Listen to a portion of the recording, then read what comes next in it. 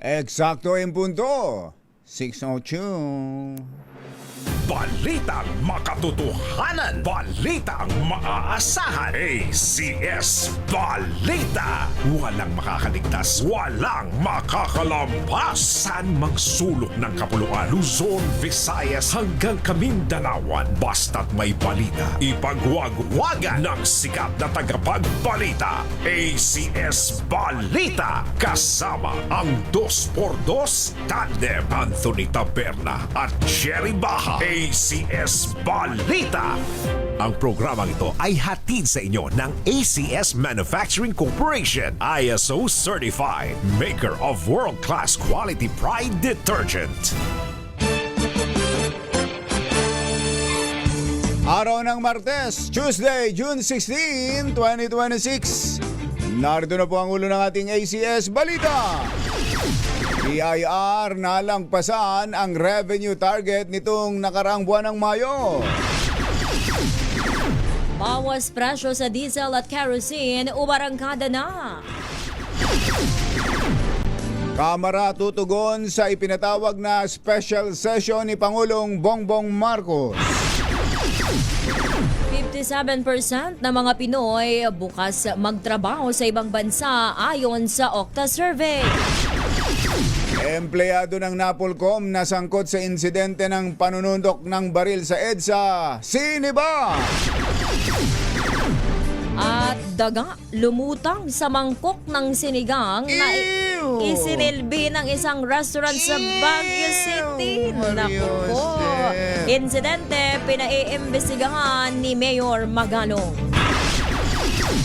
Magandang umaga Luzon, Visayas, Mindanao. Good morning Philippines! Hello world! Kami po ang inyong mga tagapaghatid balita. Sa ngalan ni Anthony Taberna, ako po, Tina Nolasco. Ito po si Jerry Baha. At ito ang ACS Balita. sa detalye ng ating mga balita. ACS Good News. Abay, good news nga ito para sa gobyerno. Dahil nahigitan daw po ng BIR ang kanilang revenue target para sa buwan ng Mayo. Nakalikom ang BIR ng 279.14 billion sa nasabing buwan, bahagyang mas mataas kaysa sa target na 279.06 billion. Mas mataas din ito ng 14.15% mula sa parehong panahon nung nakaraang taon. Ayon kay BIR Commissioner Charlito Martin Mendoza. Sabi siguro ni Commissioner Mendoza customs lang ba? Lagi na lang customs ha? Kami naman! Ayan. Kami rin! Ayan. Ayon kay BIR Commissioner Charlie Mendoza, nakatulong ang pinalawig na filing season para magkaroon ng karagdagang oras ang mga taxpayer na punan ang kanilang tax obligation sa harap ng energy crisis. Nabatid na nalagpasan din ng BIR ang kanilang April revenue target sa kabila ng suspension ng excise tax sa kerosene at LPG. Sa Mandala, ito pa isang good news. Umarangkada na ngayong araw ang rollback sa presyo ng diesel at kerosene.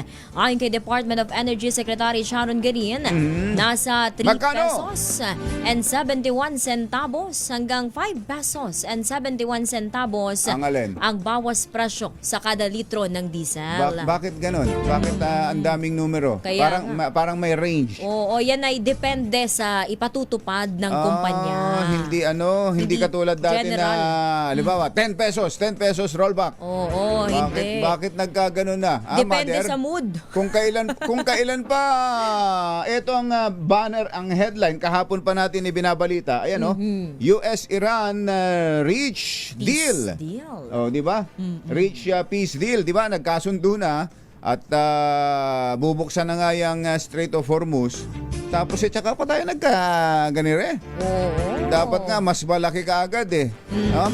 So ang range ng pwedeng ibaba ng diesel mula 3 pesos and 71 centavos hanggang 5 pesos to 71. Oo, depende yan sa oil company, depende sa kanilang mood. Ganon. Oo, eto Wala naman. pang fix ha.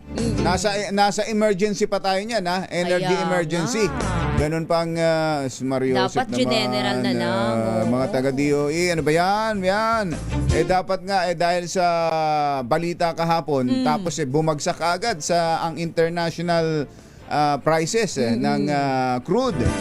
Dapat more! Yan ang More dapat. rollback. Yes. Ang ma-experience natin. Eto naman sa kerosene, naglalaro daw sa Gaas yan. 50 centavos hanggang 2 pesos and 50 centavos ang tapyas presyo. Mario Joseph naman. Kung ako ang nagbebenta ng gas, syempre 50 lang ang ibabawas ko. Oo, kasi may choice naman pala May ako choice pa lang ganun. Oo. Eto namang gasolina. Yan, gasolina naman. Eto, may choice din sila, partner. Eto, maaari namang bumaba ng 32 centavos o di kaya'y tumaas ng hanggang 1 pesos and 68 centavos. Talaga? Oo. Mario Joseph, it's either rollback by 30 centavos or price hike by 1 peso and 68 centavos. ang laki naman ng Parang 2 pesos na ang laki naman ng range na 'yon. From negative to positive. Mario Ang Joseph paliwanag naman dyan sige, ni nagpaliwanag pa pala. Garin, posibleng bumaba pa ang presyo ng mga produktong petrolyo lalo kung magpapatuloy ang magandang development sa peace talk ng US Natural! at Iran. Talagang bababa. Talagang bababa. Hindi dapat. posible talaga pag bumaba sa world market, talagang bababa yan. Ang nung kasing magtaasan yan, bigla rin ang taas natin eh. Bakit ngayong pagpababa parang nag-aalangan. Hirap na hirap tayo. Nagdadalawang isip pa. Nakakataas tuloy ng high blood eh. Kaagaga eh. Nagpagasolina ka na ba, Ka Jerry? Hindi pa naman. Kaya magpapagasolina ka, ngayon dapat. Ngayon pwede na. Dahil 6:09 ang ating oras. Naimbag na bigat kada kayo amin na po. Agreeing kayo, gising na. Mayorya daw po sa mga Pilipino ang handang magtrabaho abroad kung magkakaroon ng oportunidad. Ito isa pa ring katotohanan ng hindi na kailangang ibunyag ito eh. 'Di ba habang panahon naman na kahit noon pa talaga namang hindi ka pa nga ipinapanganak Alintine, 'di ba? Mga bata pa tayo ganyan na ang sitwasyon sa atin. It's either a nurse, nurse o kaya ano ba yung mga teachers, 'di ba? Yung mga nag-abroad, naghahangad ng trabaho sa abroad. Doon nga tayo kilala eh, 'di ba? Lalo na sa Amerika. Pag sinabing pag nakakita sila ng Pilipino, lalo na Pilipina, babae, nurse. Ganun kaagad. May ganung impression. Ganun ang impression kaagad. Sa lugar nyo? Sa amin. Sa inyo? Tingin namin sa inyo, nurse kaagad. Buti hindi DH. Madalas kasi ganun ang hindi naman kami ganun masyadong maliit mapagmaliit ng tao. Buti naman kayong mga American citizen. Bukod yan, tapos yun nga yung mga teachers. Kaya nga 'di ba dito may panahon na ang mga magulang kapag pag-aaralin ng anak, mag-nurse ka. Puro nurse. Lahat ng tanong nyo kay Jokoy.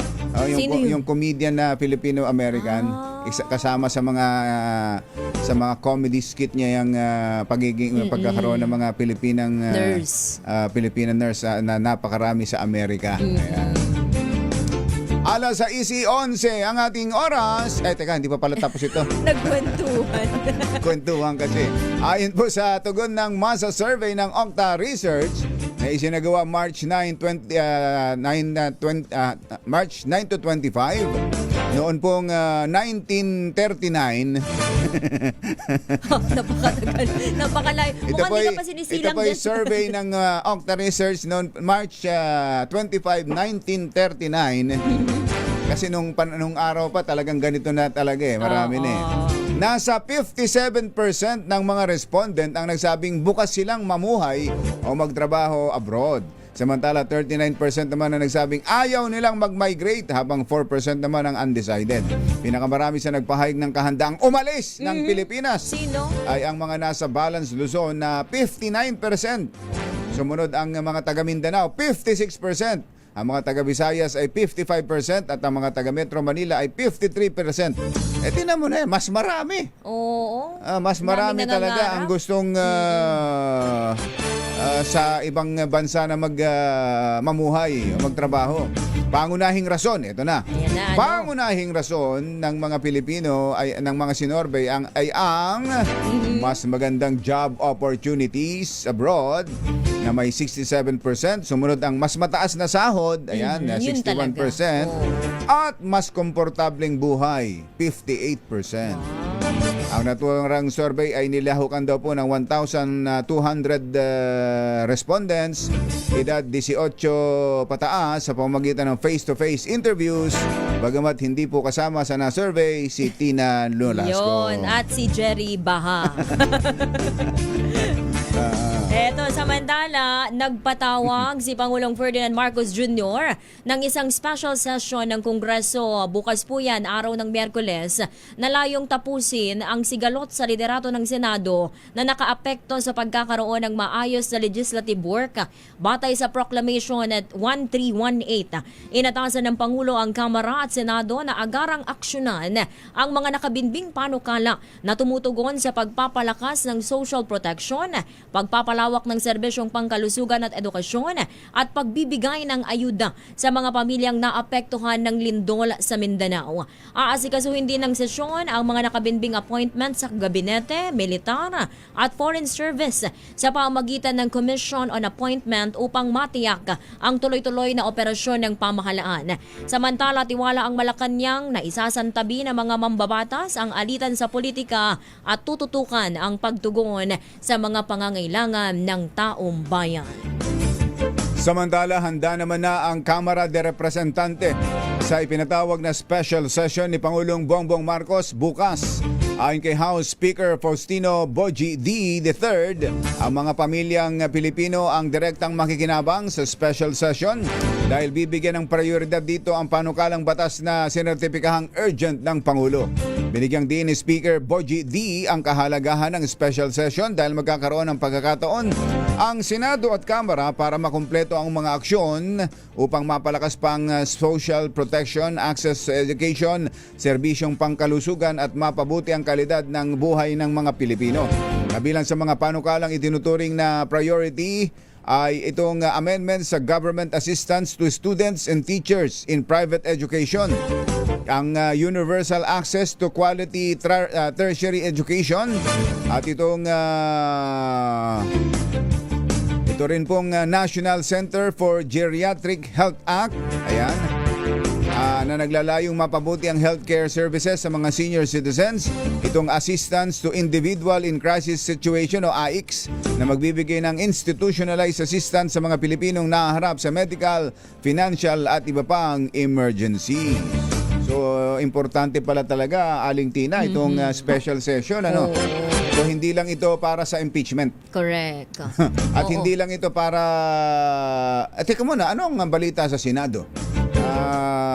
Sila ba'y tumugon na positively sa tawag ng Pangulo ng special session? Oo. Bagamat nitong mga nakakaraan, yung kabilang side, yung Gatchalian block, okay sa kanila. Ang tanong yung Cayetano block kaya dadalo sa special session. Mother, meron ba? May pasabi ba sila Senator Cayetano? Baka naman pwede natin makausap. Senate President. Ako tinatawag ko pa rin Senate President. Ikaw ba? Ikaw ba? Senator Cayetano. Yaw mo ikaw may kinikilingan ka. Para safe. Lahat sila Senator Gatchalian. Lahat sila Senator. O kaya si Senator Pia Cayetano, siya yung chairman ng Blue Ribbon Committee ng Cayetano Block. Dahil may hearing daw ngayon Oo. May hearing daw ngayon, pero hindi sa Senate. Saan?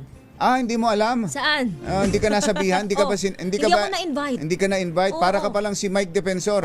Hindi raw siya kasama sa pinatatawag. Akala ko nga kahapon ay kasama. Pero siya daw ay walang natanggap na invitation. Sa EDSA, Mother, alam mo yung lugar kung saan gagawin? Yung Blue Ribbon hearing. Sa EDSA raw Sa EDSA? Ewan ko saan sa EDSA. Paki-double check mo nga, kay Raymond Dadpaas. Alamin natin. Ngayon ho yan may hearing po ang isa pang Blue Ribbon. Dalawa kasing Blue Ribbon Oy. ng Senado Ang tanong ngayon para sa special session, nako, eto. Magkakaalaman tayo kung matatapos na yung problemang yan sa Senado. Kung dito mismo sa special session ay magiging maseselyohan na ang o malalagyan na ng Tuldok. muhon. Malalagyan na ng muhon ni si Senator Gatchalian as Senate President. Masiselyuhan na. Sealed na ba ang posisyon? At matatapos na ba yung problemang yan sa Senado?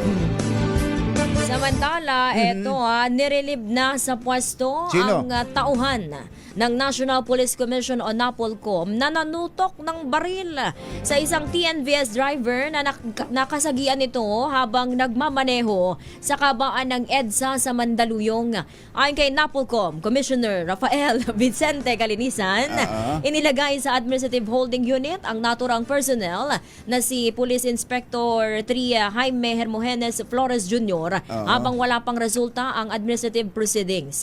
Batay sa ulat, bumunot ng baril si Flores at nagbanta pa ito sa TNVS driver na mabilis namang nagpasaklolo sa mga otoridad dahilan para agad maaresto ang suspect na nooy nakainom.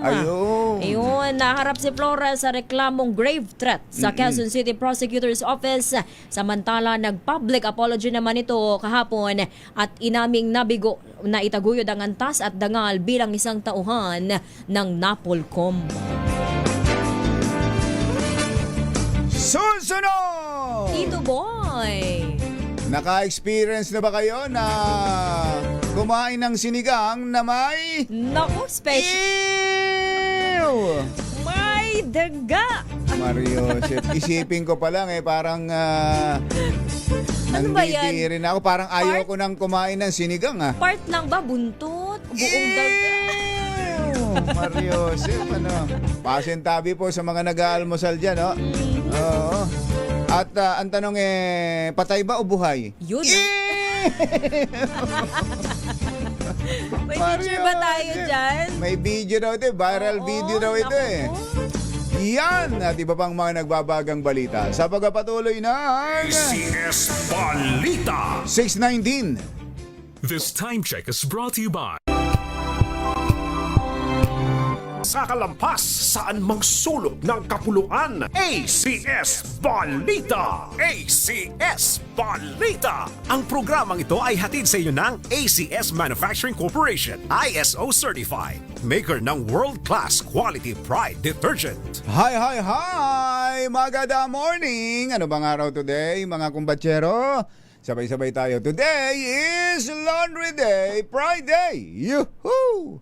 At pag Laundry Day, all you need is Pride Washing Machine Detergent. May triple stain away formula, katanggalang makapit, madikit, malupit na dumit man siya, kaya easy ang labada. Kaya pala mula noon hanggang ngayon, all you need is Pride. All you need is Pride. ACS. Ang 2x2 tandem Anthony Taberna at Jerry Baja. ACS Balita. Alas 6:26 ang ating oras, tuloy ang ACS Balita. Eto na. Eto na, pasintabi po sa mga nag-aalmusal at humihigop ng mainit na sabaw ng sinigang. Ay, naku po. Kaya lang, hindi naman pang-almusal ang sinigang. pangtanghalian Bagamat merong mga maaga pa lang, halimbawa nakapagluto kahapon, may natirang sa hapunan at init na lang almusal. Ayan, eto na.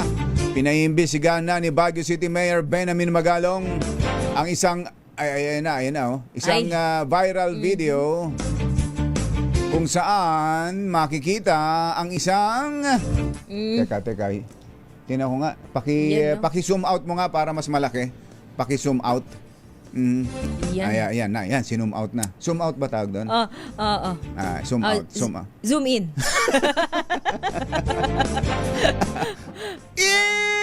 Nako. Sip.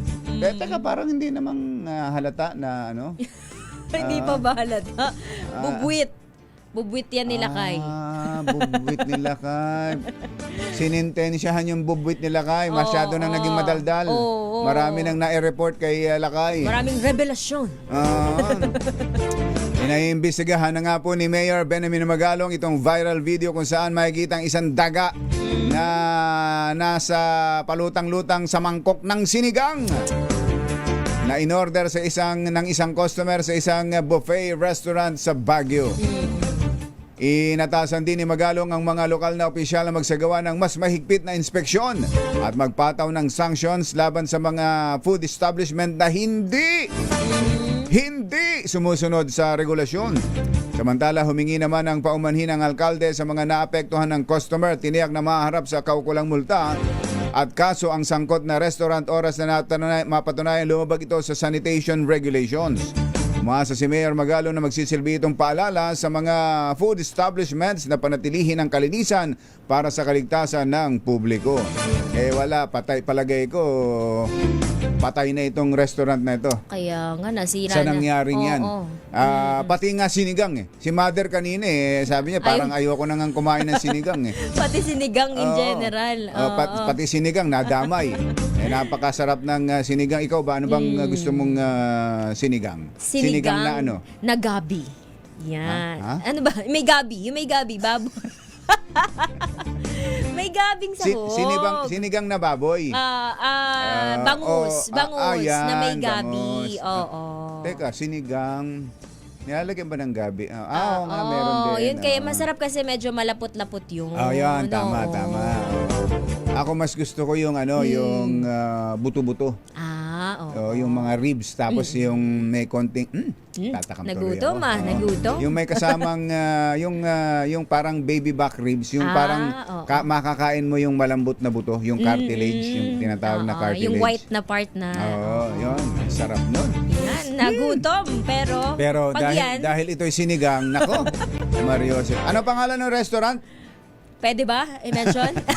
Ayan, pinapakita yung lugar Nakakain na ba kayo sa restaurant na yan? Pero yan sinigang na, hindi binanggit ko anong klaseng kung sinigang na baboy. O salmon. Kasi seafood restaurant daw yan Isang buffet restaurant. Buffet restaurant na may seafood. Oo. Nako. Palagay ko yung mag-isip pa lang na kakain ka sa lugar na yan, mapapaiw ka na. Yun ang pinakamahirap sa isang restaurant talaga. Nasira ng business dahil Sira ang business.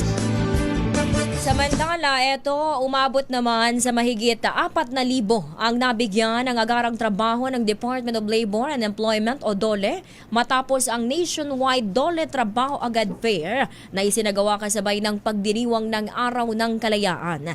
Ayon kay Labor Secretary Francis Tolentino, itinuturing nilang tagumpay ang nationwide job fair dahil sa mataas na bilang ng aplikante, ang agarang na-hire at malaking bilang ng mga job seekers ang dumalo sa buong bansa. Batay sa datos ng DOLE Bureau of Local Employment, mas malaki ang bilang ng on-the-spot hires ngayong taon kumpara sa 3,722 noong 2025.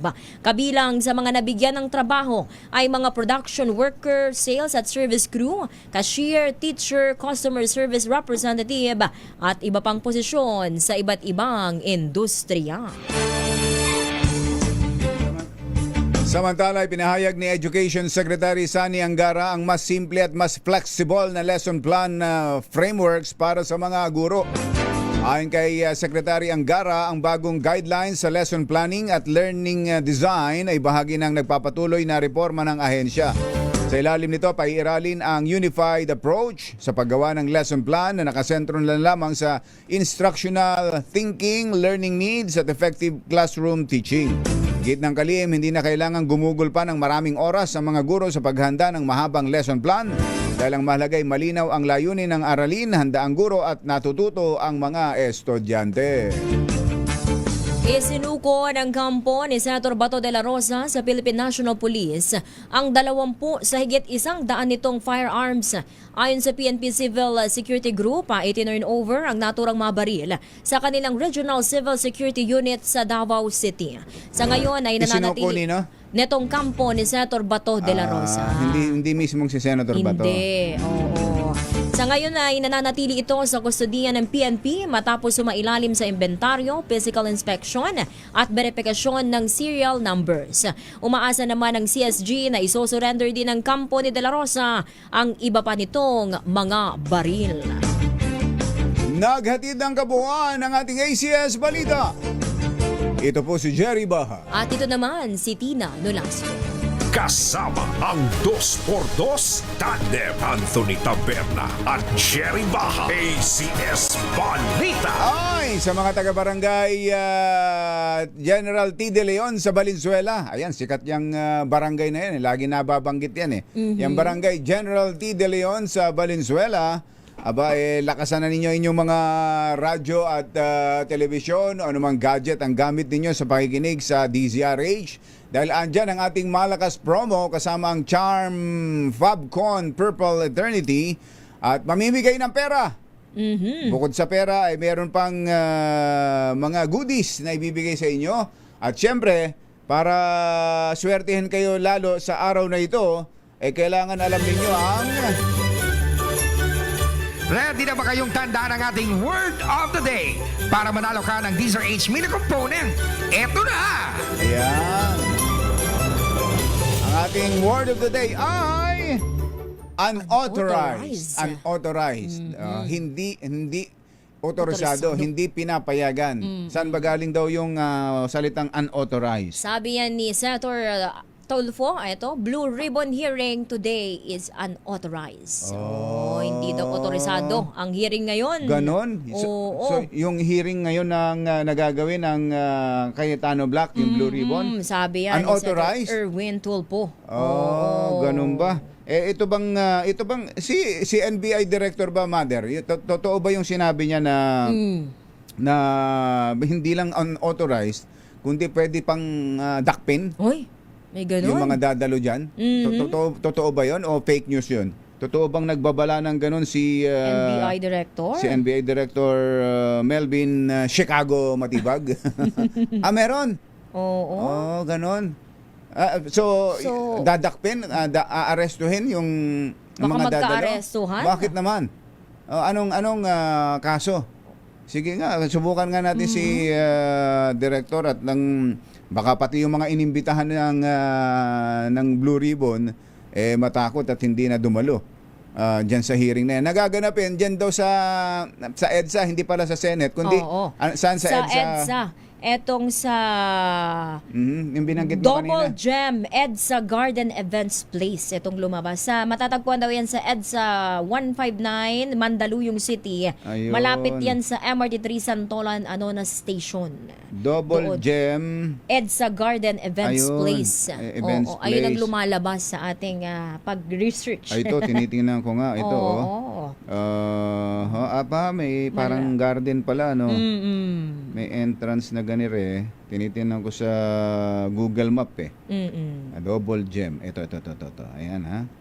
Ayun, Double Gem EDSA Garden Events Place. Sino ba may-ari niyan? Yun, sino nga ba? Saan daw malapit ito? Malapit yan sa MRT3 Santolan Anonas Station at sa Boni Serrano Avenue. Malapit din sa may Santolan. malapit din sa Campo Crame. Oo, sa may Krame.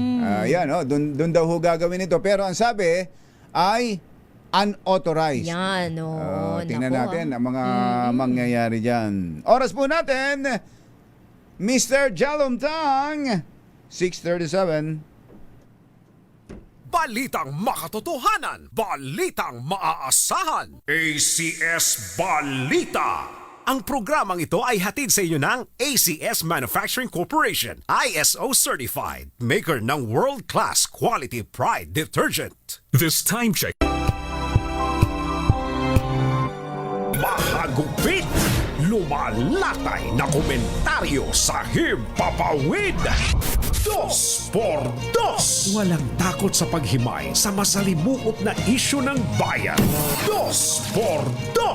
Humahataw na mga balita at impormasyon. 2x2. Ating damhin, ating lasapin ang hagupit na 2x2.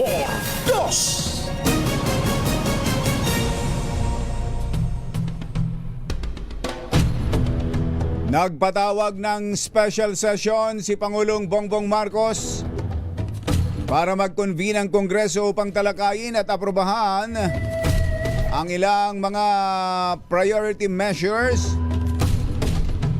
palakasin ang social protection, education, healthcare at matiyak ang agarang pagtugon ng gobyerno sa mga pangangailangan sa harap ng pangyayaring malakas na lindol sa Mindanao. Sa ilalim ng Proclamation Number 1318, ginamit ng Pangulo ang kapangyarihan nito na magpatawag ng special session hindi lamang para mapabilis ang pag-aproba sa mga priority bills, kundi para aksyonan ang nakabinbing confirmation ng commission on appointments sa mga itinalagang opisyal sa gabinete, militar at foreign service. Ang hakbang ng Pangulo ay ginawa sa gitna ng tensyon at alitan sa liderato ng Senado na nakakambala sa mga proseso sa nakalipas na ilang linggo. Tiwala naman ang Pangulo na isasantabi muna ng mga mambabatas ang politika at sa halip ay tututukan ang mga hakbang na magbibigay ng napapanahong tulong at long-term mamatagalang benepisyo sa publiko. Isyu ng bayan, katotohanan, 2x2. Pag maitim ang balak, magtago ka na. 2x2. Si Jerry at si Anthony, narito na. 2x2. Hahataw ng todo, urado ka. 2x2. Ang katotohanan, dala nila. 2x2. Walang sinasamba pali, maniwala ka. 2x2. Hataw ng gusto, tol, umasa ka. 2x2. 2x2.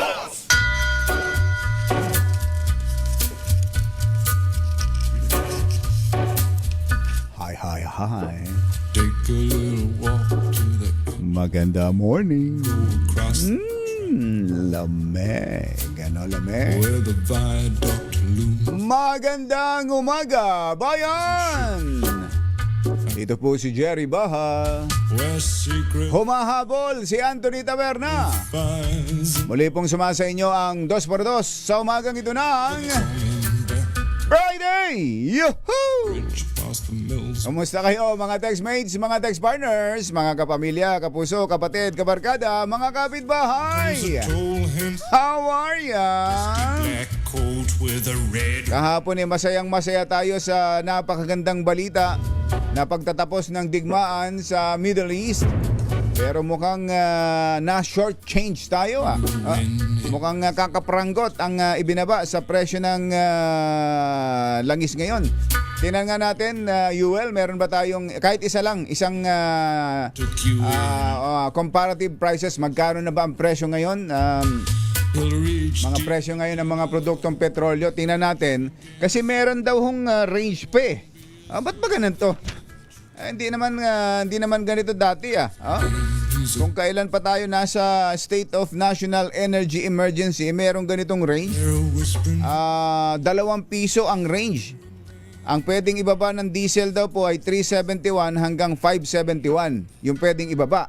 Ay kung ikaw yung naghahangad ng malaking kita, may-ari ka ng gasolinahan, syempre, 371 lang ang ibabawas mo. Di ba? Meron ka palang choice meron ka palang option na ganun Alam na this. Kailangan pa bang i-memorize yan? Alam mo na yan. Di ba? Tapos yan yung sa diesel. Sa gas, 2 piso rin ang range. Pwede kang magbaba ng 50 centimos lang o hanggang 2.50. ghettos and Ikaw na gustong kumita, ba't ka magbababa ng 2.50? 50 lang. Di ba? Ano ka, bali? Di ba? Ganun yan Mario Josepo. paper in Bakit ba ganun? Kung kailan pa natapos ang problema sa Middle East, ito ho ang binabanggit ho ngayon ng mga energy officials natin na wag daw ho nating asahan. Wag daw ho nating asahan na babalik ka agad. Ganon. Parang ngayon pa lang kinukondisyon na isip natin bakit hindi ka agad babalik? Kung ang world prices bumaba ka agad kahapon, bakit dito sa atin hindi, di ba? Ganoon naman ang usapan. dahil nakabase tayo sa presyuhan sa international market, dapat pag bumaba doon, baba rin tayo. Hindi yung pag tumaas, taas ka agad. Pag pababa na, parang hirap na hirap ibaba. Oo. Ang sabi daw ho ng mga taga ni Energy Undersecretary Alessandro Sales,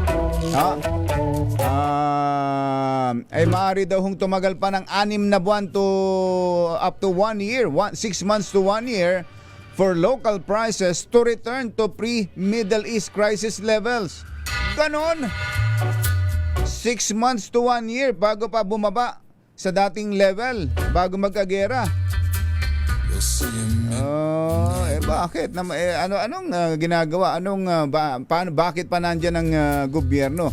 Kung yan kung ganyan din lang ang mangyayari. Jerry Ba at Anthony Taberna sa 2x2 sa DZRH. Oras natin, Engineer Tony Nanggel, 12 minutes before 7.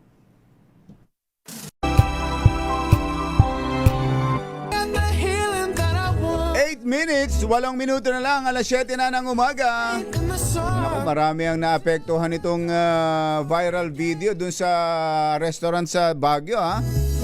Pasensya na kayo, kailangan nasa balita ho at sabi ko nga gusto ko rin makita yung video Bagamat ako Jesus Mariosep, binanggit ko lang na gusto ko makita, pinakita ka agad Naku, Jesus Mariosep, naku naman no. Kaya kung sa mga nawalan ng ganang mag-almusal, di bale, mag-fasting na lang muna kayo. Mag-intermittent fasting na lang muna tayo. Mamaya na tayo kumain ng lunch. Brunch na lang mamaya. Total, maganda rin naman sa kalusugan yun. Medyo mababawasan ng taba natin. Yun daw yung epekto ng intermittent fasting. Yung, kumbaga, yung kinain mong ng mga nakakaraan, yun ang gagamitin mong energy. Yeah! Bukod doon, siyempre, bukod doon sa medyo papayat ka, medyo may health benefits yun, siyempre, may benefit din yun sa bulsa mo. Ayan. Isipin mong hindi ka gagastos ng pang-almusal, di ba? Di ba? Maliban na lang kung ililibre ka ni mother. Yan, kung may libreng paalmusal si mother ngayon, yun lang. Eto, sabi ni Ka Soji Jimenez, pati daw yung mga pusa na mga nasa mga eskaparate ng tinapay. Oo nga, may nakita ka bang gano'n na Ka Soji? Kaninong bakery ba yung nakita mong may pusang lalakad-lakad sa ibabaw ng mga tinapay na naka-display sa eskaparate? Ew! Bagamat ang pusa ay malinis, alam natin. Kaya lang siyempre iba pa rin yun. Kung saan-saan pa rin tumatapak yun pagtapak nun, halimbawa, yung paborito mo yung Spanish bread. O kaya yung paborito ni Lakay na panderegla. O kaya yung paborito ko, yung pandikoko. Tapos biglang tatapakan ng pusa. Naku po, inang. Matindi nga ho itong sinigang ng munti ko na mabanggit yung pangalan ng restaurant ng seafood restaurant na yan dyan sa Baguio. Ay nako. Tapos na yung palagay ko mamumroblema. Ewan ko kung paano makaka-recover yung restaurant na yan. Mukhang kailangan niyang baguhin ang pangalan. Pwede siguro Ratatouille. Di ba merong pelikulang ganyan? May napanood akong ganyan na yung daga ay chef, magaling magluto. Ayan. Pwede sigurong medyo pilipitin mo ng ganon para maibalik yung negosyo dyan. Ay nako. Ano ang mangyayari sa Blue Ribbon hearing mamaya? Na ang sabi ni Senator Erwin Tulfo ay unauthorized. Ayan. Gaganapin daw ho yan sa ano nga ulit pangalan, Mother? Yung binanggit natin kanina. Double gem. Diyan sa EDSA. Hindi ho sa Senate, hindi ho sa Senado gaganapin. dahil nga ho sa problema ng labanan sa leadership. Pero ang Pangulo po ay nagpatawag na ng special session bukas nga po yan. Mukhang hindi lang yung mga special o mga priority bills ang magkakaroon ng o ma-actionan, kundi pati itong Senate leadership. Si Senator Joel Villanueva ay inaasahan pong lilipat sa kabila. Yun ang pakiramdam ng marami, ho. Bukod kay Senator Joel, meron pa raw isang babae. Di ba, sabi nga sa atin ni Senator Erwin Tulfo kahapon, may dalawa pa. Bukod kay Senator Joel, may dalawa pa. Ayan. Isang babae at isang lalaki. Ano kaya yun? May kaugnayan kaya yung dalawa? Magkapatid kaya yun? O magkaano-ano kaya yung dalawa? Ano? Na pwedeng magiging kung si Senator Joel ang pang-13, pwedeng maging meron pang pang-14 at pang-15. Ganun kaya ang mangyayari. At pag nangyari ho yan, doon lang sa pang-13, mukhang matatapos na ho itong problema sa leadership ng Senado. Kapag si Senator Joel, bagamat ay identified sa Cayetano Block simula pa noon, kung siya talaga yung, base sa kanyang mga sinabi kahapon, ay kung siya talaga yung lilipat sa kabila, at so parang magkakaroon na ng linaw, magkakaroon na ng mas malinaw na legitimacy yung pagiging yung pag-upo o ni acting Senate President Win Gatchalian. Matapos na yan. Kung ayaw ninyo ng kay Senator Win Gatchalian, lumipat kayo kay Senator Alan Peter Cayetano. Ayan.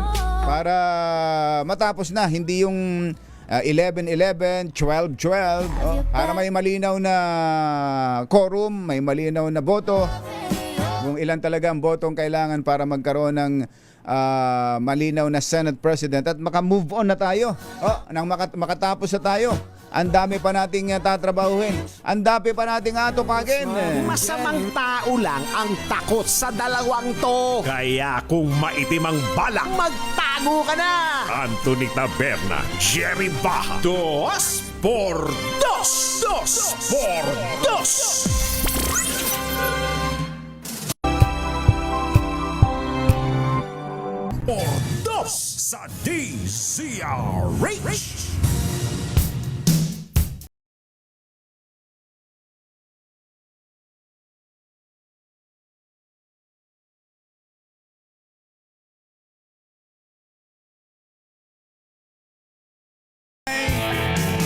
Maganda morning! How are ya? Are you feeling good? Tinitingnan ko ho itong paggaganapan ng hearing ngayon ng Blue Ribbon Committee ng Cayetano Block. Ito pala sa EDSA, malapit ho sa Ortigas. Itong double gem EDSA Garden Events Place. Events Place pala ito. Tinitingnan ko ho sa mapa, sa Google Map. Ito pala nasa kabila, nasa Ortigas. Hindi. Along EDSA, malapit sa Ortigas. Nasa kabilang side kapag papunta ka ng yung side na papuntang Makati.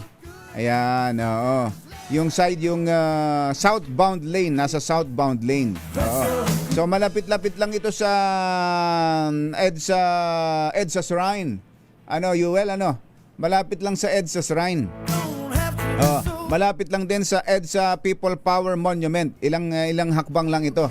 Ito hong paggaganapan ng Blue Ribbon hearing ngayon, kung saan ay itutuloy po ng isang grupo ng isang paksyon ng mga senador ang pag-iimbestiga sa flood control. Ayan, flood control scandal na sinasabing na nagpauso ng mga male-maleta. Ayan, mga male-maleta.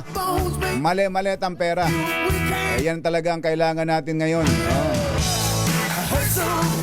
Male-maleta.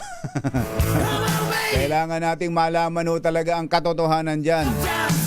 Dito ho sa mga dating Marines na ayaw na hong ipatawag ng mga dating Marines, mukhang sila pa rin kaya o may mga bagong mga witnesses na mag-appear dyan.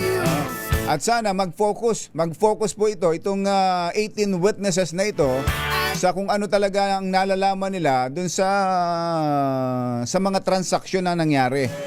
Kung ano talaga nalalaman nila, kung saan-saan sila, kung sino-sino mga involved na mga politicians o congressman o senator o government, iba pang executive department of officials na nalalaman nilang napadalhan ng pera, na tumanggap ng pera galing dyan sa flood control. Hindi yung kung saan napupunta ang usapan eh. Merong nawawala. May mababanggit na pangalan ngayon. Sa mga susunod mawawala na, hindi na babanggitin.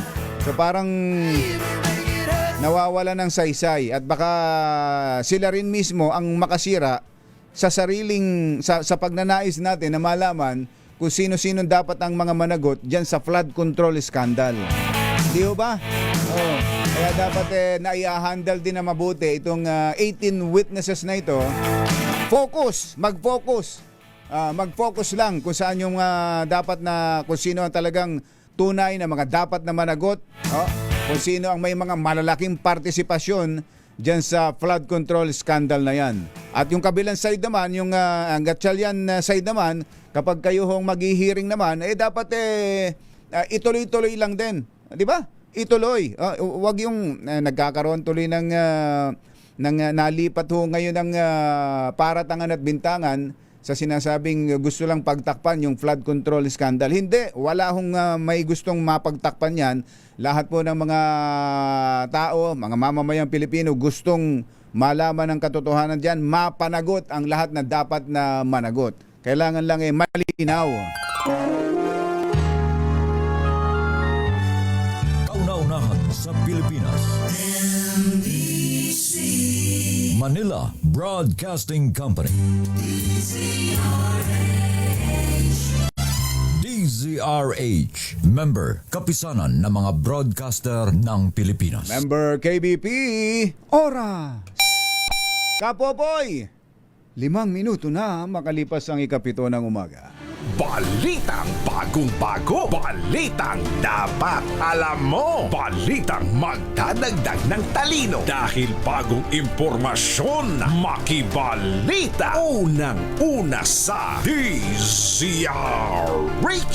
Pangunahing balita kasama ang 2x2 tandem nina Anthony Taberna at Jerry Baha.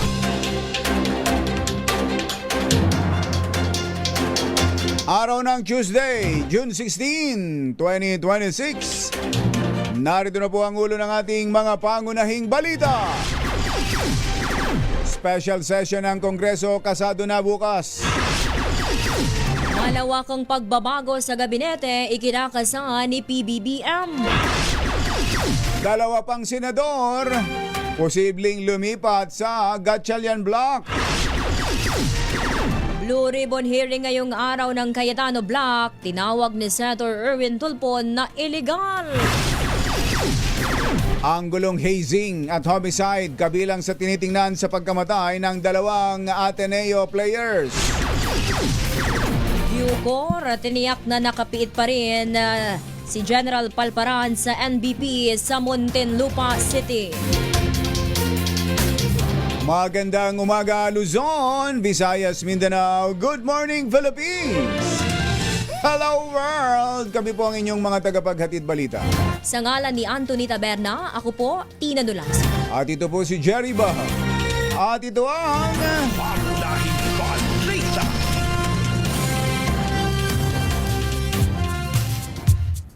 bagong detalye ng mga balita. Mamigay muna tayo ng pera dahil may nanalo na diyan sa barangay General T. De Leon sa Valenzuela. Doon ang ating RS6 Sherwin Alfaro. Sherwin, go, go, go! Yes, Katunying at Katunying tuloy. Jerry, may lumipat na. Talagang lumipat na sa Gatchalian Block at ngayon ay magsasalita na dahil galing ito siya na, Project magsasalita na. sa Quezon City. Ngayon ay nandito na siya sa Valenzuela. Opo. Bakit ho kayo lumipat? Ano hong napagdesisyonan nyo na pumasok ngayon sa Gatchalian Block? Gatchalian Block. Kasi nandito na ho kayo sa Valenzuela. Ano kayo dati galing? Project po. So ngayon, bakit nandito kayo sa Gatchalian Block? Kasi nagbakasyon tsahin ko, akong iniwan din. So, pwede yun na kapag nagbakasyon, dapat may papasok na lilipat na bagong miyembro sa Gatchalian Block. Oo naman. So, kumpleto na. Parang napilitan na lang. Taga saan ba sa Project 8? Hindi ba galing ng Bukawi si Kuyang? Hindi po sir, project po ako. Project Iniwan 8. lang kasi ako dito sa bahay tsahin ko kasi nagbakasyon. Kala ko doon kayo galing sa lugar ni Senator Joel Villanueva sa Bukawi, Bulacan. Hindi po, hindi po. Galing sa sa Quezon City side. O, dyan si Bato, di ba? Aywan ko. At itinanggi. Ano pangalan ni Kuya? Reynante Sabos po sir. Reynante. Kuyang Reynante Sabos. Anong kinabubuhay ni Kuyang Reynante? Sa ngayon, wala. Ay, Dahil bakit? iniwan ako dito sa tsahin ko. Sa bahay nila. Kasi nagbakasyon sila. parang kang tagapagmana. Ikaw ang caretaker. Opo, At sir. tagapagmana ng bahay. Opo. Saan sila nagbakasyon? Sa US sir. Aba, sa US. Sa lugar niyo. Ay, sa Sa inyo. amin pala. Oo. Sa amin pala. Kababayan. Saan ba sila sa US? Sa LA. Sa LA. Tingnan mo nga naman. Doon din lang kami Di sa ba doon ka LA. pinanganak? Sa Hollywood. Doon kami sa Hollywood. Magkapit- baka doon sa may magkapit Beverly bahay. Hills. Yun. Yan. Yeah, that's your Magkapit original. bahay. That's our origin. place. That's our place. So how is how paano nakarating ka mo doon? May anak sila doon. Si Kuya, may pamilya ba si Kuya Reynante? Meron po. Nasaan sila? Nandun sa Project 8. Nasa Project Nagang Wala lang caretaker na yung mga dyan anak si ko. May Kuya. mga pamilya na. May Tatlo sila. Tatlo, may mga kanya-kanya ng pamilya. Tingnan nga natin, Sherwin, ini-house tour ka na ba ni Kuya Renante dyan sa bahay? Na Ay, parang gusto nating ipakita yung kanyang property. Wow. This is the Wow. It has a very nice malaki. Bekenemen, That's a steel Bekenemen. gate. Oo. This gate is made of steel that can't be brought down by any danger. Wow. Taga-America rin pala ito eh. Taga-LA. And they have a That's a alphabetical two-story, order trees two-story in the corner. house. Mukhang Yeah, malaki. they have How many square meters ba yung Malaki. lot This area is niyan? 7,000 square meters. Wow. Totoo ba? Hindi Totoo ba? naman, hindi naman. 7,000. But they have alphabetical 7 order hectares. plants and trees. They have the letter A, abaca. Wow. The letter B, bamboo. The Wow. letter C, citrus tree. Wow. And the letter K, kamias. Ba't K? Kami. Si. Alphabetical, di ba? Kamyas. Ganun yung mga halaman ngayon. Dapat naka-alphabetical order, sumusunod sa DepEd. Yan. Pero ito si tatay kasi, kayo ba nagtanim yan? Hindi po, tsahin ko. Yung tsahin nyo, taga-DepEd po ba? Hindi naman. Hindi naman. Pero magaling siya magtanim, alphabetical. Mahilig siya sa mga halaman. Ayun, no. Dahil mahilig kayo sa halaman, sino paborito yung announcer sa DZRH tuwing umaga? Siyempre si Jerry Baha at saka si Antonieta Ber. Jerry ba? Anthony Tuberna. Ito meron kang 1,000 pieces. Yeah! Hey, thank you, Jerry Baha. Yeah. At syempre, kailangan masagot mo ang ating word of the day para makuha mo yung ating medium component. No authorized. Unauthorized. Authorized. No Pwede na rin authorized pareho. daw eh. No authorized, unauthorized. Basta yun. Dahil meron kang medium component at isa din ang Astron, alagang maasahan. At syempre meron ka rin grocery mula yan sa ACS at sa DZRH. At syempre, bangong kabloom ang hatid sa inyong damit kapag ginamitan ng Charm Popcorn Purple Eternity. At syempre, ito ang pinakabago disenyo ng DZRH t-shirt na dapat gamitan ng Charm Popcorn Purple Eternity. Maraming salamat sa DCRH pati kay Jerry Baha, Antonieta Bernal. Maraming salamat. Okay. Maraming salamat. At syempre sa mga nais manalo na 1,000 pieces, lagi tumutok sa DZRH. Baka na sa sunod dating winner sa DZRH Malacash promo. Kasama ang Charm Popcorn Purple Eternity. Aris number 6, Sherwin Bata Alfaro, DZRH. Una sa Pilipinas, una sa Pilipino. Thank you sa mga Radio Gaga ng DZRH dyan sa General T. De Leon, Valenzuela. mga nangunguna at mga bagong balita sa DZRH. Pangunahing balita. Alas 7:13 ang ating oras. Kuha nga tayo ng update mula sa NBI. Si NBI Director Melvin Matibag kasama natin sa telepono. Director Melvin, magandang morning. Si Ka Jerry po ito. Jerry at sa lahat po ng tumatangkilig sa inyong programa. Magandang umaga po. Apo, good morning po. Kuha lang kami ng update. Tama ba kayo, sinabi nyo na itong gagawin na hearing ngayon ng Blue Ribbon Cayetano Black ay unauthorized o illegal?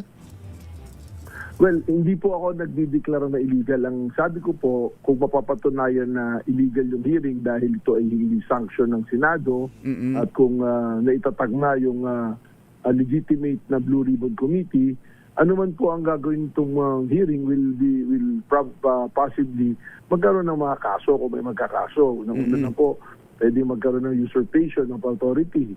Tapos sa pangalawa pong sinabi ko is yung pong parliamentary immunity na nag-apply sa legislative, mawawala po yun sapagkat hindi nga authorized. So kung may mga masabi po ron o may mga gawin, hindi po siya covered ng parliamentary immunity na i-extend po yung parliamentary immunity na yan sa mga sanctions po na gawain, committee hearing or yung mismo pong plenaryo na session ng ating pong legislatura. Ayun, yun pala, mabutit nilinaw ninyo. Pero misquote po nami-misquote. Kaya nagagalit yung mga tao. Ang sinasabi, kakasuhan ko raw. Oo nga. I'm speaking as a lawyer na para sa akin pong pananaw na bilang isang abogado, ang parliamentary immunity only extends to official functions ng legislatura po. At hindi NBI ang kikilos para kasuhan sila o filean sila ng complaint. Hindi po kami. Tinanong lang po sa akin kasi siyempre, Ka Jerry. Tinatanong kayo as a lawyer. Bilang director at lawyer, pwede naman po natin siyempre ibahagi yung ating pong kaunting kaalaman. Tama po yun. Okay, pero may information ba kayo bakit doon gagawin sa, ang info kasi double gem events place sa EDSA at hindi sa Senado? Well, that po sa problem. Kung may problema na po kagad yun kasi hindi siya magiging parang official na hearing. Doon na po siguro nagkakaroon ng pagrereklamo ang ating mga senador na bakit mo tatawagin Blue Ribbon hearing? Dahil pag sinabi mong Blue Ribbon, yan na eksklusibo po sa ating pong Senado na yung Blue Ribbon, sila po nag-hearing mga ganyang pag-hearing. Unang-una, hindi naman po sa premises ng Senado gagawin. So may problema na magmumukha lang po yan. Hindi talaga hearing yan. That will be a press conference po mangyayari. Pero hindi ba kayo sinabpina o pinadala ng imbitasyon? Wala po. Wala mga imbitasyon. Unang-una, sino po ba dapat pumirma ng sabbina niyan? So hindi po siya matuturing na hearing. Ang problema po dito ni Mike Defensor, pinapalabas niyang hearing, that is a deception also to the public. Na para bigyan mo ng cloth of legitimacy na parang ito, makatotohanan hearing, binanggit niya yung mga senador na darating. Tingnan po natin kung darating. Dahil kung dumating po yung mga senador na yun, that will not constitute an official function. Maring to a certain extent, sabi nila official dahil consultative, hindi po ba? Pero as a hearing, it will not qualify as a hearing. Lalo-lalo na po ngayon, nagpatawag na ang ating presidente ng special session na nasa naman po yung karapatan niya at kapangyarihan niya bilang isang pangulo nakasaad po sa ating konstitusyon. So it pose a problem Nagkakaroon po ng kalituhan. Hindi po dapat natin kinocompuse. Okay lang po na magsalita, magsabi ng mga iyong pagkontra, mga bagay na kailangan sabihin. Pero let's not confuse the people, yung taong bayan. Kung sakaling padalan kayo ng imbitasyon, ito'y committee ng Cayetano Black under si Senator Pia yata, Senator Pia Cayetano, ang chairman ng Blue Ribbon Committee Cayetano Black. Dadalo ba kayo? Wala nang una-una, wala po dumarating na imbitasyon. Pangalawa, ang nire-recognize po ngayon ng leadership ay yung pong leadership na itinatag noong June 3. Nagkaroon na po ng mayorya na nagbotohan. Ang nagiging issue na lang po, again, as a lawyer, nagiging issue na lang is yung Senate presidency na lang. Pero as to the other issues, na-resolve na po nila yan para sa akin. So, kaya nga po nung nagkaroon ng organizational meeting ang bagong Blue Ribbon Committee na pamumuno ni Senator Tulfo, dumalo po tayo dyan. Okay. Ang problema po kasi dyan sa nakikita ko sa grupo nila, sasabihin nilang hearing pero ang nangyayari, ang nagsasalita lang yung kanilang inimbita. Katunayan, hindi nga yung mga allegedly Marines ang nagsasalita, kundi yung abogado. Pag totoong hearing po ng ng Kongreso o ng Senado, hindi po nagsasalita ang abogado, very limited. Ito, siya na po nagkikwento paano nangyari. Siya na rin po yung naglalaban bawi ng mga statement. Dating kasama, ngayon hindi kasama, nagkamali. Kung gusto mong kasuhan tong kasama ko, kasuhan mo, bibigyan kita ng ebidensya. Hindi po maganda. Okay, tinitinan ko itong paggaganapan ng hearing, EDSA, along EDSA pala ito, malapit sa Ortigas, malapit lang doon sa EDSA Shrine at sa People Power Monument.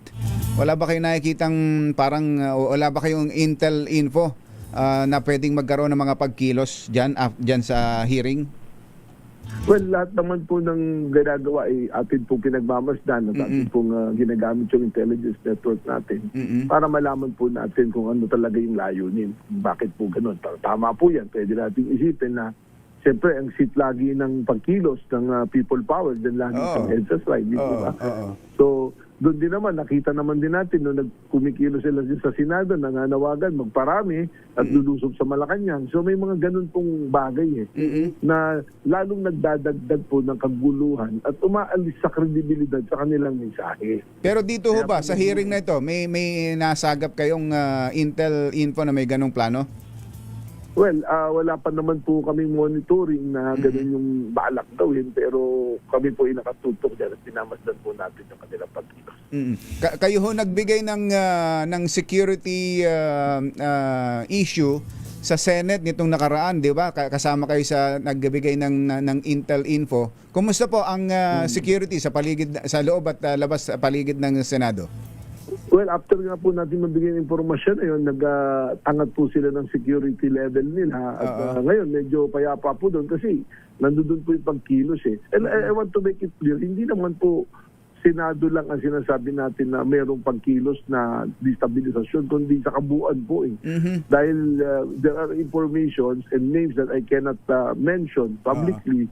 Pero A1 information po dahil mismong yung amin pong mga nakakalat na Intel network at amin pong mga assets na tinatawag, sila po yung nagpasok ng informasyon At hindi nga lang po nagtuloy-tuloy dahil ang nangyari, hindi nagkaroon ng yung gustong hearing nila dapat nung Huwebes po, nung Thursday, June 11, hindi natuloy.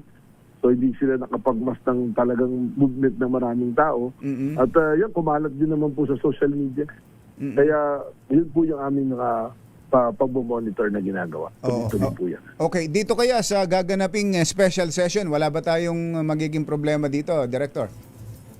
Well, nakahanda naman po ang ating pong law enforcement kung naman po ang kanilang babalakin na gagawin at nakakausap naman natin naman po yung mga senior officials din po ng both ng military at ng kapulisan tahanay naman po nila, wala naman pong ganung pagkilos Kaya, sabi nyo nga po, sinabi ko may threat na ganun, pero yung ating PNP sabi wala kasi yung monitoring nila dyan, yung sa kanilang hanay Ganun din naman po.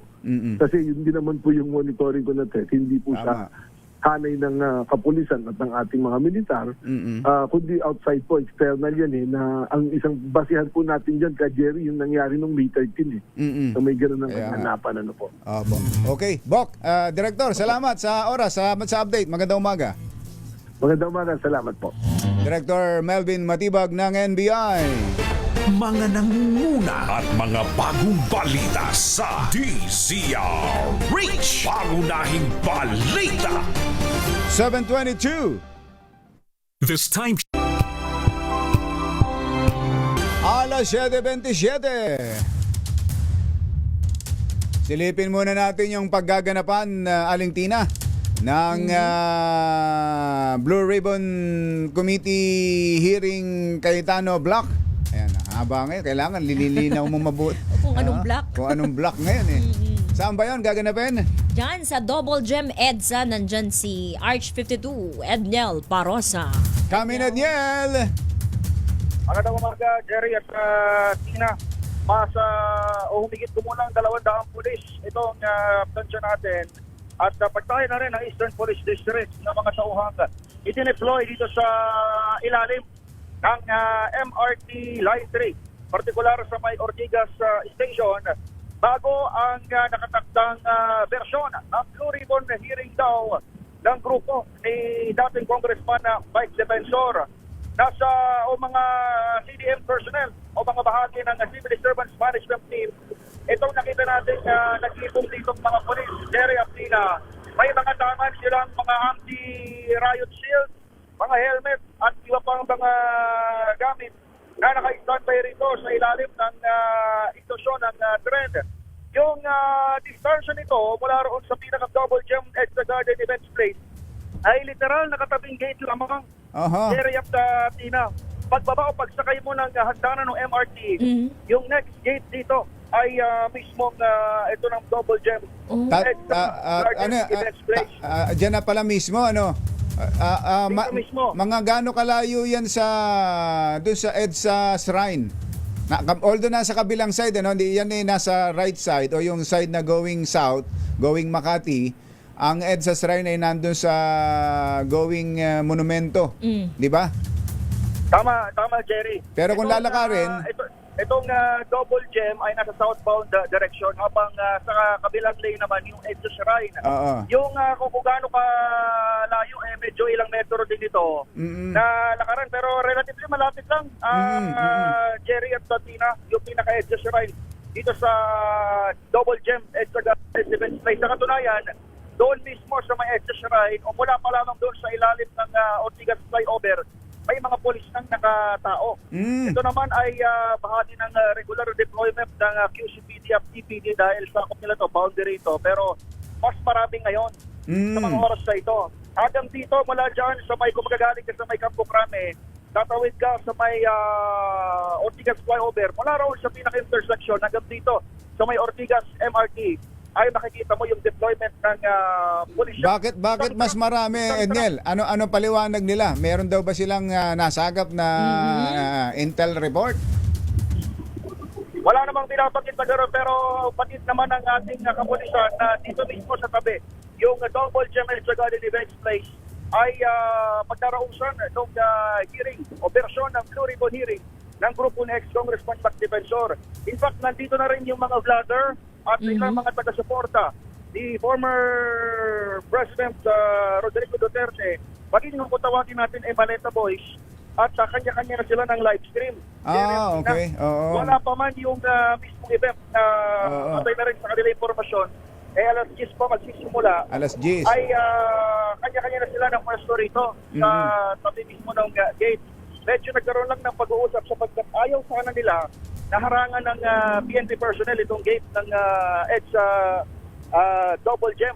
Sapagkat kanina nagpwesto rito ng pulis yung Mandaluyong PNP, headed by Police Colonel Reynan Patam. Pero sa pag-uusap ni na Colonel Patam at itong grupo ni na nagpakilalang si Doc Bong Ramirez na kasama raw doon sa grupong 35 days na raw pero doon sa kampo ng Senado at ngayon ay nandito naman sa bahagi ng EDSA, ay hindi naman nagkaroon ng tensyon sa pagitan ng dalawang grupo. Sa ngayon ay waiting game yung itsura dito habang yung dami ng trapiko, particular sa southbound direction, bahagya lamang nagbabattle kapag may mga pulis o iba pang mga puwersa na nag-iipon sa mismong kalsada, pero bawal din ang parking, kaya tuloy-tuloy naman yung daloy ng traffic sa mga oras na ito. Lapit ako lang, Jerry, kung may oras lang tayo, si Doc Bong Ramirez.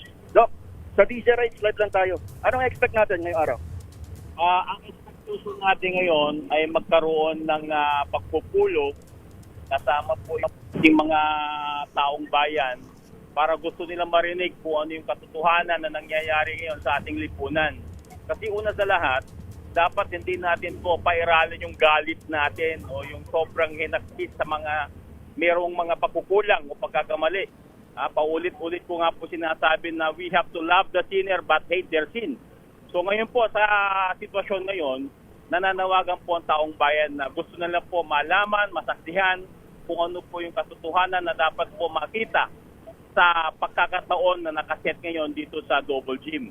Kaya nag-aantay po kami kung ano po yung po pwede po namin marinig at malaman para po sa awareness at sa magandang kinabukasan po ng ating mga kabataan at ang ating inang bayan. Ano po magiging role nyo mamaya? Excited. Ang magiging role ko mamaya dito ay isa ako sa mga tatawag na mga magsasalita para ihayag nila yung damdamin nila, pero may precaution na hindi sila po pwede magmura.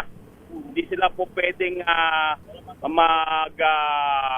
pwede nilang isabihin ng kanilang hinanakit, pero dapat pairalin pa rin yung makataong salita na may kasamang takot sa Diyos. Kasi nga, mahirap naman na tayo mag-akusa na wala pa tayong proven beyond reasonable doubt dun sa magiging guilty sila sa kanilang sitwasyon. Kaya kinakailangan, hayaan natin na yung korte na mag-usik. Ngayon, ang gusto lang natin malaman, ano ba yung mga resibo na hawak dito mga tao na ilalantad ngayon para magkaroon lang tayo ng awareness para din sa ating kapakanan. Sino magpe-preside nito, Kabong? At saka sino pa mga darating dito? I-expect natin. Actually, as we expected po, dun sa mga nababasa namin sa social media, ay sa katauhan po ng ating Senate President, kasama po dyan yung kanyang mga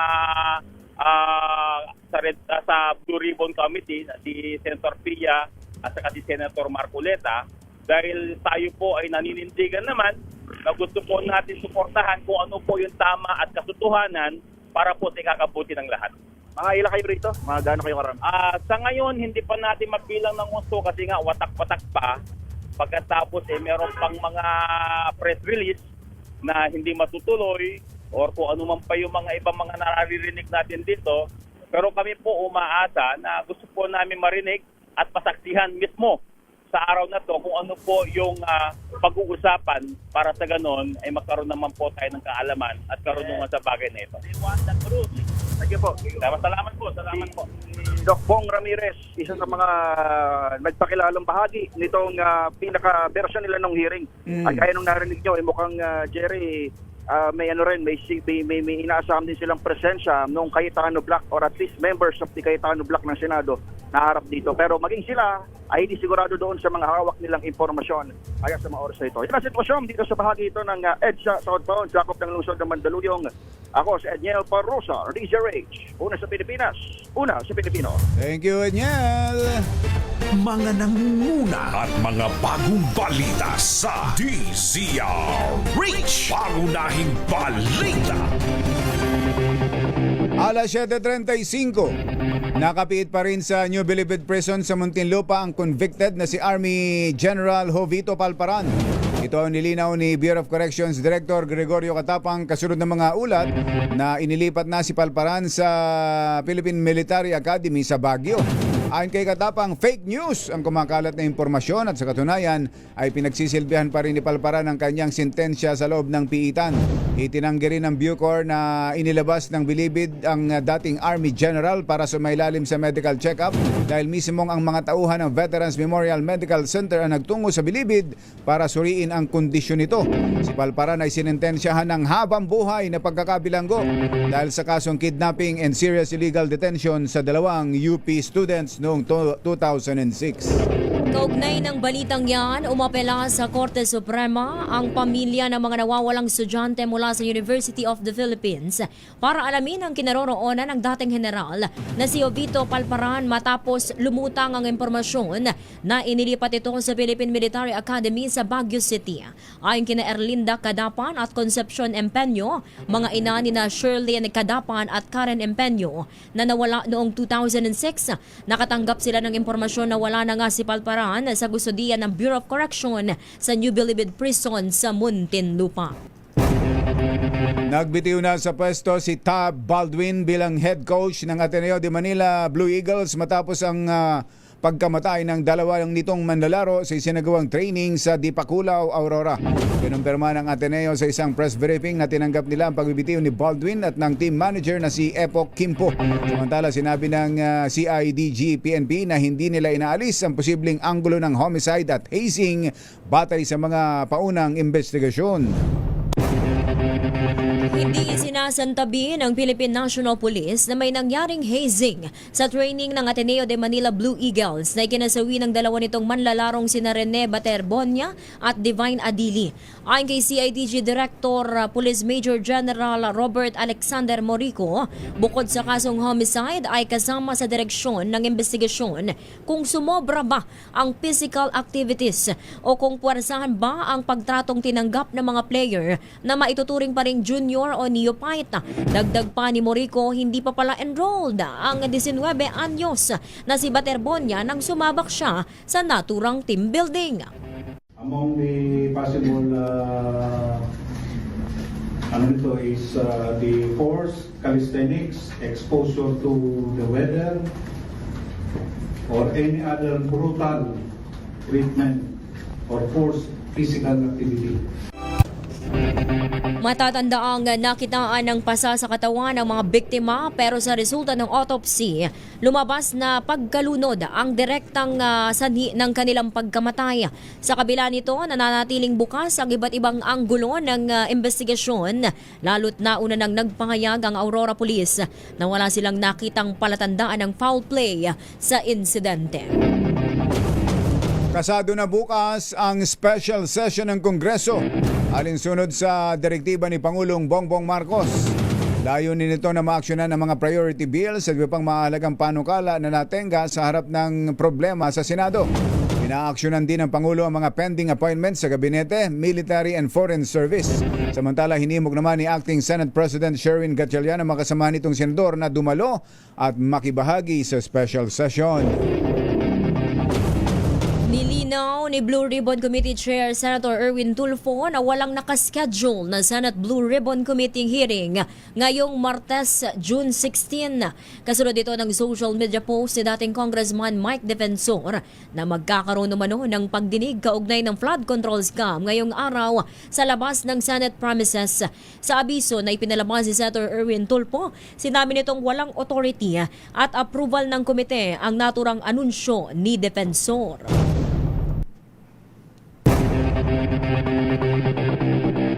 Magkakaroon ng bilateral meeting si Pangulong Bongbong Marcos at Russian President Vladimir Putin sa sidelines ng ASEAN-Russia Commemorative Summit na gaganapin sa Russia June 17 to 18. Ayon kay DFA Assistant Secretary Dominic Xavier Imperial na siya ring ASEAN 2026 Philippines spokesperson, gagawin ang bilateral meeting kasabay ng 50th anniversary ng diplomatic relations ng Pilipinas at Russia.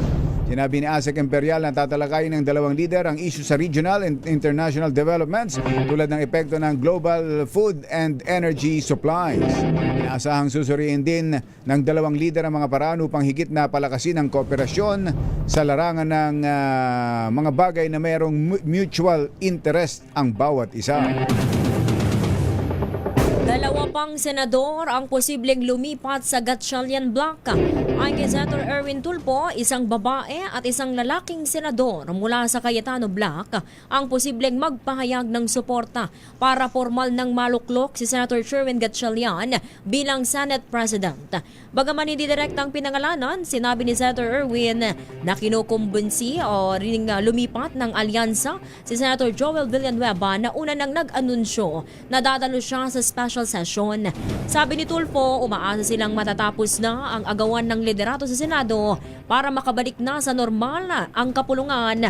Lalo't inihayag ni Senator Alan na handa siyang bumaba sa pwesto kapag nagkaroon ng 13 boto. Susunod! Tito Boy! Babalik pa kaya? Kailan kaya babalik sa pre-war level ang presyo ng mga produktong petrolyo?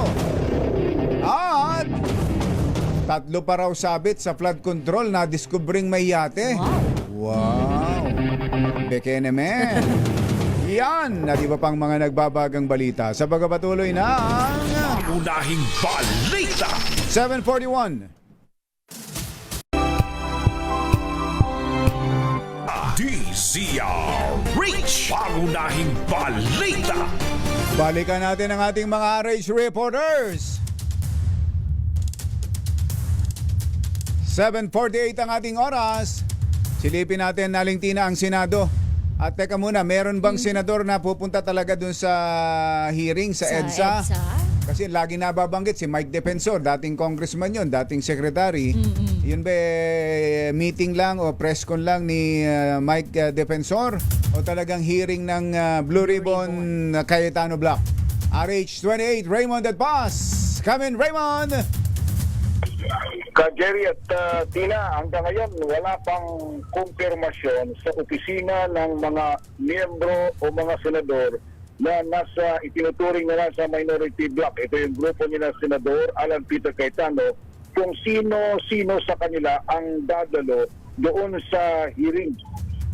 Itong Blue Ribbon hearing na in-advise ni dating Congressman Mike Defensor, pati ang opisina nitong si Senador Dante Marcoleta na siyang subcommittee chairman under the Senador Pia Cayetano ay wala ding confirmation kung sila ay pupunta dyan sa area ng Mandaluyong para dito sa supposedly ay Blue Ribbon Committee hearing na in-advise ni dating Congressman Mike Defensor Jerry.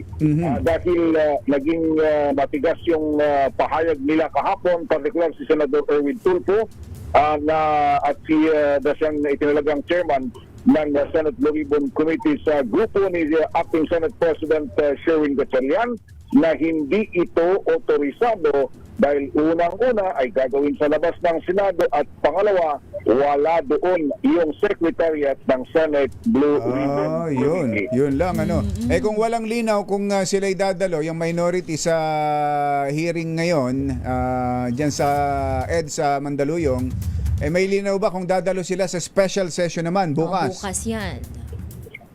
Wala din. Wala rin. Wala pa din advice kung sila ay kasi ilang araw since lumabas kahapon yung proclamation mula sa Malacanang, nagtatanong na din kami dito kung meron silang balak dumalo doon sa special session. Walang ganong kalinaw. Ang doon lang sa kanilang grupo, yung malinaw lang na nagpahayag doon ay si Senador Joel Villanueva na naglabas pa siya ng isang video statement na ready siya na dumalo dahil gusto daw niyang magtrabaho. Raymond, meron na bang ugong kung sinong dalawang senador ang posible daw lumipat dyan sa Gatchalian na block? Isang babae raw at isang lalaki. Ayan. Bukod pa yata yun kay Senator Joel. Na kinukumbinsi daw. Meron ka bang suspecha kung sino? Kung ano yung suspecha mo, parang yun din ang suspecha ko. Ganun, ha? Kasi ang problema dito ka Jerry, maraming mga ibinubulong na mga pangalan. Siyempre, mahirap naman pang... Mahirap, oo. Kailangan kung hintayin natin kung ano yung official and final. Kasi nga, pati nga si Senator Joel Villanueva na nababanggit na ready to attend the special session. Ang narinig nating term kahapon ay no commitment pa daw. Talagang lilipat siya. Basta ang sabi lang niya, willing to attend doon sa special session. Willing to attend sa special. Si Senator Loren? Joe. Wala pa din. Wala pa rin. Si Senator Joel lang ang malinaw na attend. Yes, si Senator Joel ang nagsabi lang na attend. Baka within today, Jerry, baka nilabas sila ng pahayag at dadalo sila dito sa itinatawag na special session. Dahil ang pangako naman kahapon Jerry at Tina ng mga miyembro ng grupo nito kay Senator Gatchalian, kung dadalo yung 12 plus yung si Senator Joel Villanueva, kuha na nila yung needed para lang matuloy ang yung lahat ng mga transaksyon. Kasi ang balak dyan na mag-session ng alas 9, Jerry, yung session alas 9, then hanggang hapon tapusin nila pati yung commission on appointment. Isang araw lang ba? Isang araw lang? Isang araw lang, Jerry, kaya agahan nila. Then hanggang matapos yung nakalatag na agenda hanggang hapon. Kasama na siguro yung paglilinaw kung sino talaga magiging Senate President. Ano? Kapag siguro may linaw ng yung mga lilipat na napapabalita at gumalo sila sa sesyon at magkabotohan, pag nakuha yung 13, tapos na.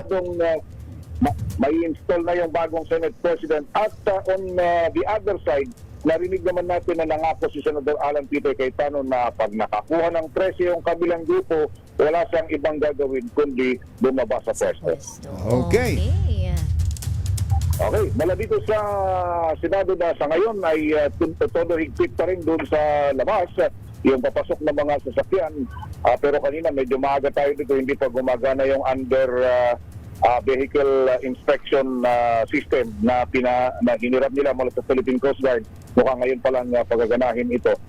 Alas 10, meron kaming consultative meeting kay Acting Senate President Sherwin Gatchalian, hindi naman sa nalalapit na impeachment trial kay Vice President Sara Duterte.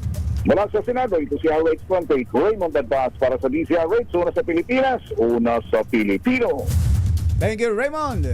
Sa Mandala, dakuha naman natin itong nadiskubreng yate nitong mga tatlong dawit dyan sa flood control Sino kaya yan? scandal. Alamin natin yan kay Arch 15, Giselle Recabor. Giselle? Sa Jerry Tina, kinumpirma ng Technical Working Group ng Independent Commission for Infrastructure na 3 pang personalidad na sabit daw doon sa flood control scandal yung nagmamay-ari ng ilang yate at paintings. Sabi sa DZRH News ni ICITWG Chairman Undersecretary Aboy Paraiso, bukod pa ang mga ito kay resigned Congressman Zaldico na may inuugnay rin na ilang yate. Tumanggi na ang opisyal na pangalanan kung sino-sino yung mga yan o kung kasalukuyan ba silang kongresista o senador. Pumalo na sa 4 na bilyong o 400 bilyong piso na mga assets, sabi ni Paraiso, ang na-freeze na o di kaya ay na-recover ng Anti-Money Laundering Council. Pakinggan natin si ICITWG Chairman Undersecretary Aboy Paraiso. Yeah. May mga personalities lang. May mga painting na-discover and yate. Bukod kay Zaldico. Meron din. Mga ilan, sir? Siguro I'm guessing from my recollection we have 3 more other personalities. So bali 4 yun? Including the boats. Yeah. Siguro yung total na na-freeze na natin is around, nung huli namin 400 billion na freeze natin tsaka na natin mga assets na recover. Una nang sinabi ni Paraiso na mahigit 140 na po na mga personalidad yung kanilang itinuturing na person of interest doon sa flood control scandal. Ipinaliwanag niya na kapag markadong person of interest ng grupo, otomatikong iniimbestigahan sila at posibleng maging subject ng forfeiture of preservation yung kanilang mga asset. Sa ngayon, tigil trabaho rin yung TWG mula nang buwagin yung Independent Commission noong dulo ng Marso. Pero handa raw sila na magkunbin kung may utos ng DOJ o ng Ombudsman. Ito si Giselle Ricafort para sa DZRH, una sa Pilipinas, una sa Pilipino. Thank you, Giselle. 7:56 ang ating oras.